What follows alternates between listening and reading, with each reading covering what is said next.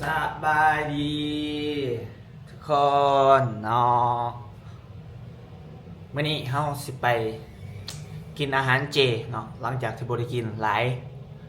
ยมื้อแล้วเป็นเดือนแล้วที่บอกเนาะเป็นอาหารประจำที่เฮากับแฟนไปกินตลอดเนาะอาหารเจเด้แต่เป็นอาหารลาวเนาะมีอาหารลาวมีเอ่อแบบมันเป็นประเภทแกงประเภทขั่วประเภทอีหยังจังซี่นี่แหละก็มีหลายๆอย่าง อ้อร้านก็มีได้แต่ว่าตอนนี้1 โมงเลยเนาะบ่ายโมงแล้วบ่ฮู้ว่ามันสิยังหน่อยยังหลายสำใดเนาะกับเดี๋ยวพาไปเบิ่งเนาะก็เป็นการกินเรื่อยๆกินประจำของเราแต่ว่าเฮากินปกติเนาะแต่ว่าก็ไปกินอาหารเจก็ได้เนาะเฮากินปกติแต่ว่าแฟนเฮากินได้แต่อาหารเจเนาะเป็น vegetarian เย้ลองก่อนครับบอกมันนำนี่โอเคเจอกันอยู่หาด เราอยู่ตลาดครัวดินเนาะนี่อาหารเจครัวดินมาในก็จะมีแต่อาหารเจเป็นพวกอาหารแห่งยังนอกก็มีตอกโปรตีนมีเจขนมหวานตัวนี้เป็นแผ่นโปรตีนเอาไปเฮ็ดเป็นแบบกินแทนเนื้อว่าซั่นซะกินแทนเนื้อสัตว์นี่เนาะ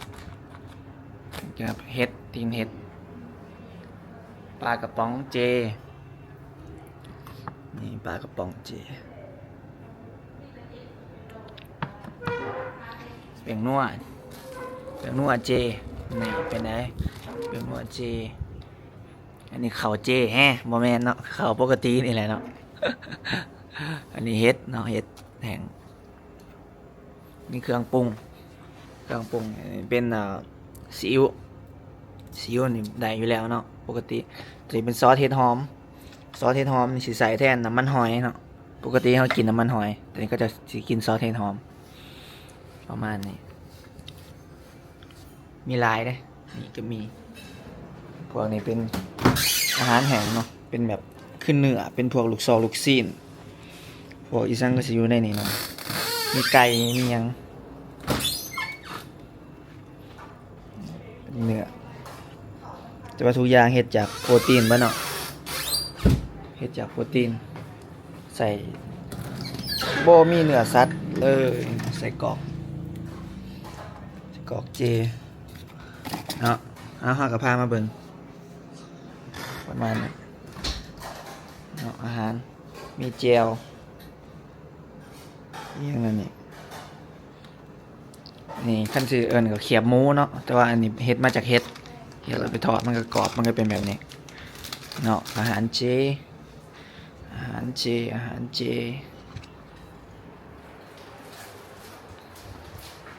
นี้เนาะ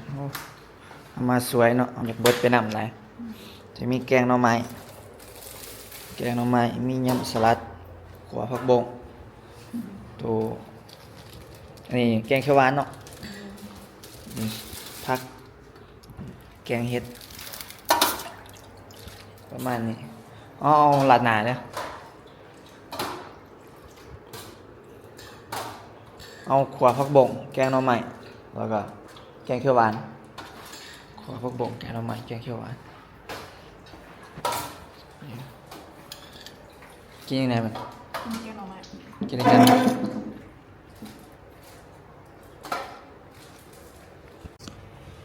นี่เนาะ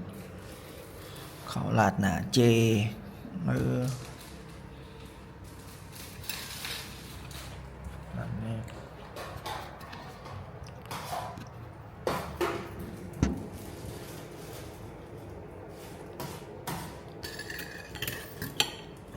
ด้นเนื้อมาได้มากินทุเรียน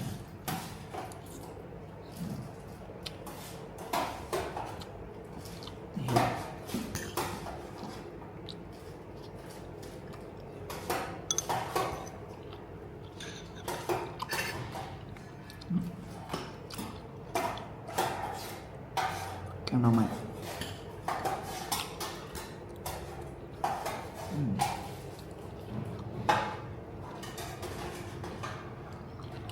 ข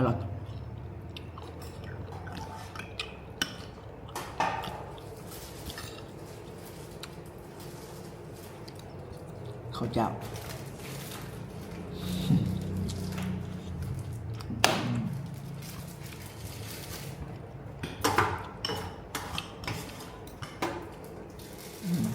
ผักบง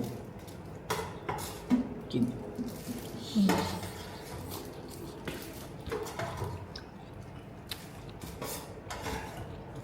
กินบ่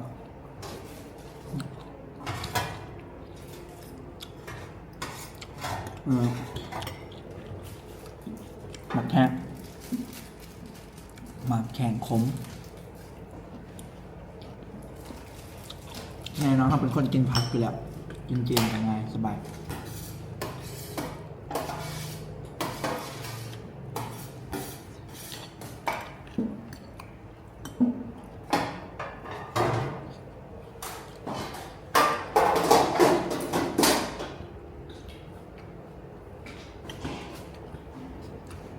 การตกแต่งหานเนาะ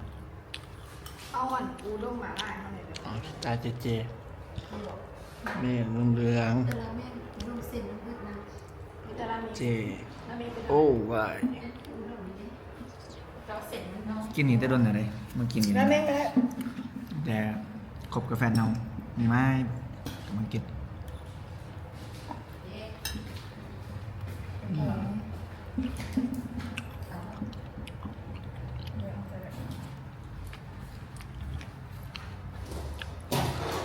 มา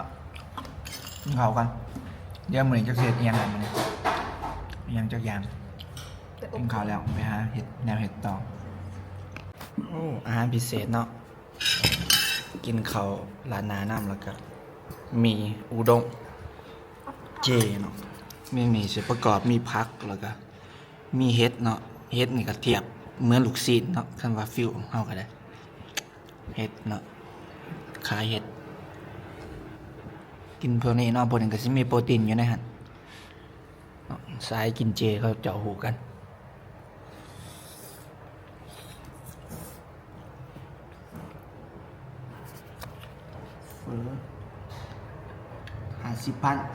ข้าวเปียก50,000ข้าวซอย ถ้าบุญหมาล่าได้40 ต้มร้อนมาละ50,000อุด้ง50,000เนาะ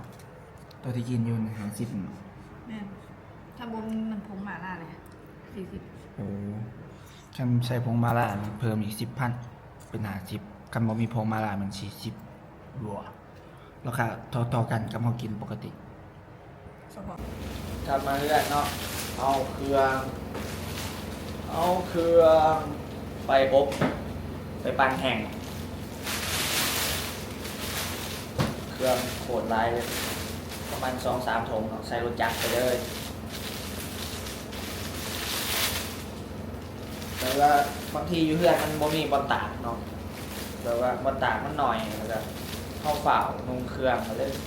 เอาไปอบเนาะราคามันก็อบแห้งหลาย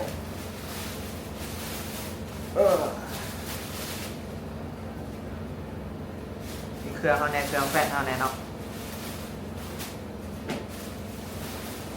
แน่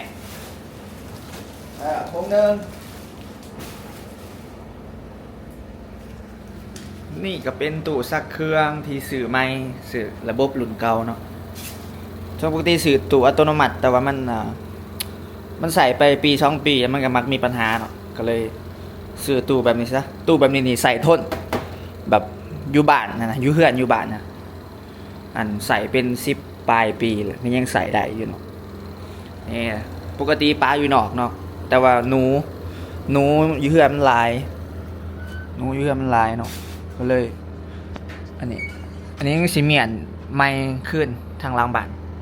ทางกระแลนทอเนาะแลนทอหนามมาเจาะฟ้านี่เฮ็ดเองไงนี่เจาะฟ้านี่เนาะน้ำใส่กับป้าเครื่องซักผ้าป้าอยู่ในเอาย่างอีกหอบหนึ่งเนาะนี่ไปอบแล้วนี่ก็คือเครื่องที่เราจะเอาไปอบเนาะเอาไปปั่นแห้งเอาไปอบแห้งใส่จังสีแล้วไป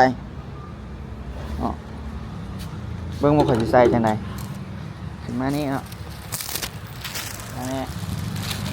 ก็ถือผมลองนะ หาตัวเฮามันก็สิได้ประมาณนี้ประมาณนี้ก็ถือว่าโอเคโอ้จะขับรถได้เนาะขับรถได้ข้างหน้ามันก็สิเป็นประมาณนี้คือว่าแก้ไขไปเนาะประมาณนี้เนาะแล้วไปเจอกันที่ห้านซักเครื่องมาหอแล้วเนาะอันนั้นเป็นตู้อมแห้งเนาะบนนี้เป็นตู้ซักตัวนี้ราคาเริ่มต้น20,030ตู้ใหญ่มันตัวนี้เนาะ40,000ใครที่บ่มีแฟบมาซื้อแฟบอยู่นี่เนาะนี่ฮะแฟบกดตัวนี้สแกนจ่ายเงินแล้วก็คลิกนี่เนาะ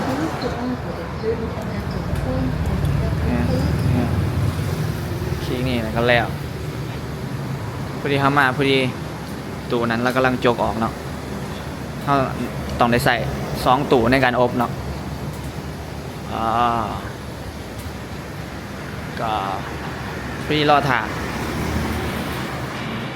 วิธีพ่อบ้านต้องบอกทรงผมกระซ้างมันเนาะวันนี้ก็กลับจากนี้ก็สิไปเฮ็ดเว็บอันเก่า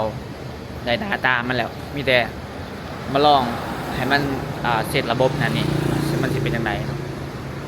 เดี๋ยวเจอกันอยู่ที่เพื่อนเฮาอีกโอ้แต่ละมื้อแต่ละวันตื่นสวยเหมือนตื่นเช้ามา6 โมงมาเฮ็ดโค้ดแล้วก็ไปนอนใหม่พอเลิกแล้วก็ตื่นใหม่12 โมงบ่ได้ออกกำลังกาย 2-3 มื้อแล้วเนาะช่วงนี้คุ้มตาดำอยู่โอเคเนาะทุกคนตอนนี้เรากลับมาห้องมาแล้วเนาะใส่แว่นเพื่อถนอมแสงตาเพราะว่าใส่หน้าจอคอมโดนก็สิมาเปิดเบิ่งโปรเจกต์ก่อนเนาะเปิดเบิ่งโค้ดที่เราเขียนเนาะเขามีแล้ว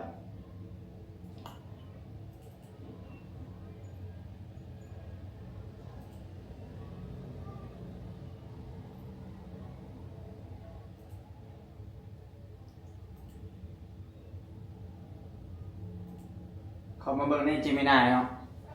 โค้ดที่เฮาเขียน What's that เนาะที่แท้ก็ AI เขียนเอาขอโค้ดหน่อยสิจ๊ะอย่าดื้อนะจ๊ะนี่เนาะนี่ก็แมนหน้าตาของเว็บที่เราจะใส่เนาะแต่ว่ามันยังใส่การบ่ได้เด้มันเป็นเพียงแต่แบบ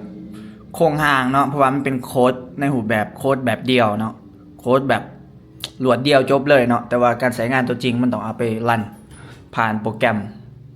ที่เขียนโปรแกรมเนาะที่มันจะสร้างโฮสต์ขึ้นมา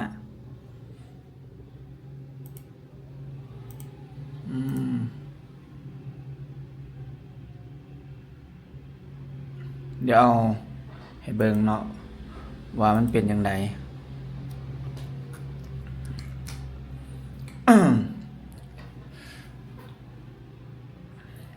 แลนมาตืดเนาะมีชื่อ user เนาะเลือก user แล้วก็รหัสผ่านเนาะเข้ามาสิมีหน้าขายนะสร้างสินค้าพิมพ์บาร์โค้ดเนาะได้เป็นภาษาอังกฤษเนาะ Sales Report Return Exchange Financial เนาะ Staff Manage Membership ทุกอย่างนี่เฮาสร้างขึ้นมาเพื่อรองรับในอนาคตเนาะปัจจุบันนี่ก็เป็นแบบนี้แล้วเนาะนี่ก็สมมติว่าสิเพิ่มเสือเนาะ add product แล้วก็อัปโหลดรูปภาพเนาะมาอัปโหลดแว่นตาซะแล้วก็ให้ AI analyze นะวิเคราะห์ว่าสิตั้งชื่อ product นี่มันยังเนาะเดี๋ยวถ่าเบิ่งเด้อมันก็ตั้งชื่อ product ให้เฮาขึ้นมาเนาะและราคาที่เฮาสั่งสมมุติว่าต้นทุน100 บาทprofit เนาะเปอร์เซ็นต์ที่เฮาอยากได้จากเปอร์เซ็นต์เนาะอย่าง 100% ขายในราคา200เนาะมันใส่เป็นฟรีไซส์เนาะเซฟนี่ของสิมาโพอยู่นี่เนาะเฮาตั้งแล้วมาหน้า POS เนาะ Point of Sale ก็กดเข้าตะกร้าเลยแท็กเนาะเข้ามามีรายการนึงเข้ามานี่ปึ๊บเงินสดหรือเงินโอน transfer มีบิลเนาะ เลขบินนี่ก็จะมีรหัสวันที่เดือนปีแล้วก็ลำดับเนาะแล้วก็ราคาเงินบาท200 บาทเงินกีบ139,000กีบเนาะแล้วก็ปิ้นบินตึ้งจบเนาะเป็นประมาณนี้เว็บไซต์ครับแต่ว่าเราสิเอาเข้า ChatGPT เนาะเฮ็ดใน Gemini ของ Google เนาะแล้วก็เอาเข้า ChatGPT เพื่อแยกโค้ดลองเบิ่งว่ามันสิแยกให้ได้บ่เนาะมาลองเบิ่งเนาะยังก็มาเติมขั้นตอนการลอก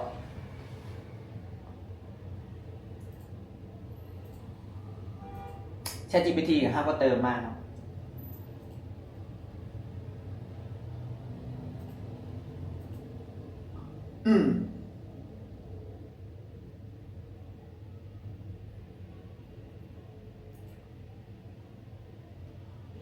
เข้ามา ChatGPT นี่เนาะ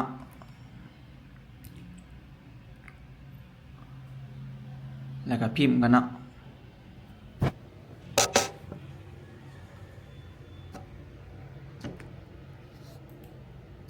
นี่ก็เป็นโค้ดที่ให้ AI เจนให้เนาะมันมีอยู่ 2,000 แถวเนาะคันเขียนเองนี่บอกเลยว่าแพงแน่นอนฟังก์ชันนี่เนาะแล้วก็ใส่เวลาดน AI กลับมาสุดนี้ใหญ่น้องก็เอาโค้ดตัวนี้เนาะมาให้ ChatGPT ถามมันว่ามันเฮ็ดได้บ่เนาะมาแยกนั่นนี่ได้บ่มันบอกว่าเฮ็ดได้เนาะเพราะฉะนั้นแล้ว3 2 1ไปปู้จนอยากข้างพุ่นแล้วเนาะ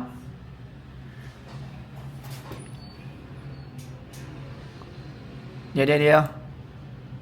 เอาใหม่ได้บ่ลืมเปิดฟังก์ชัน thinking เนาะเปิดตัวนี้นำเนาะเพื่องานที่ละเอียดควรที่จะใส่เวลาในการคิดเนาะนี่เนาะไปใส่ ChatGPT เนาะติ้งเนาะมีโหมดติ้งด้วยเนาะมันต้องติ้งกิ่งมันกับประมวลผลติ้งกิ่งกำลังคิดมันวะกำลังคิด worst word the use past less cost โบสมปิมาบาเดียวเลย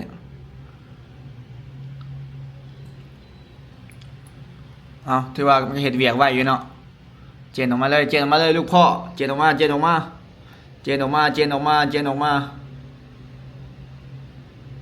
เบิ้ลล่ะ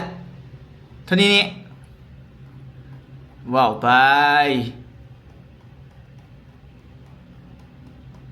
มันสิได้อยู่บ่คะแนนเอาเดี๋ยวลองเอาไปรันกันเนาะว่ามันสิเป็นจังได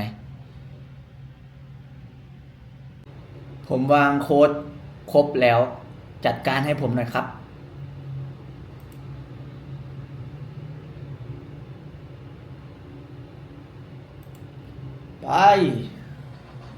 ไปเลย yes sir yeah ขอบคุณสำหรับโค้ดเราต้องจัดการคือจินเลยอะไรที่มีกันเยี่ยมครับบางคนที่ครบมาก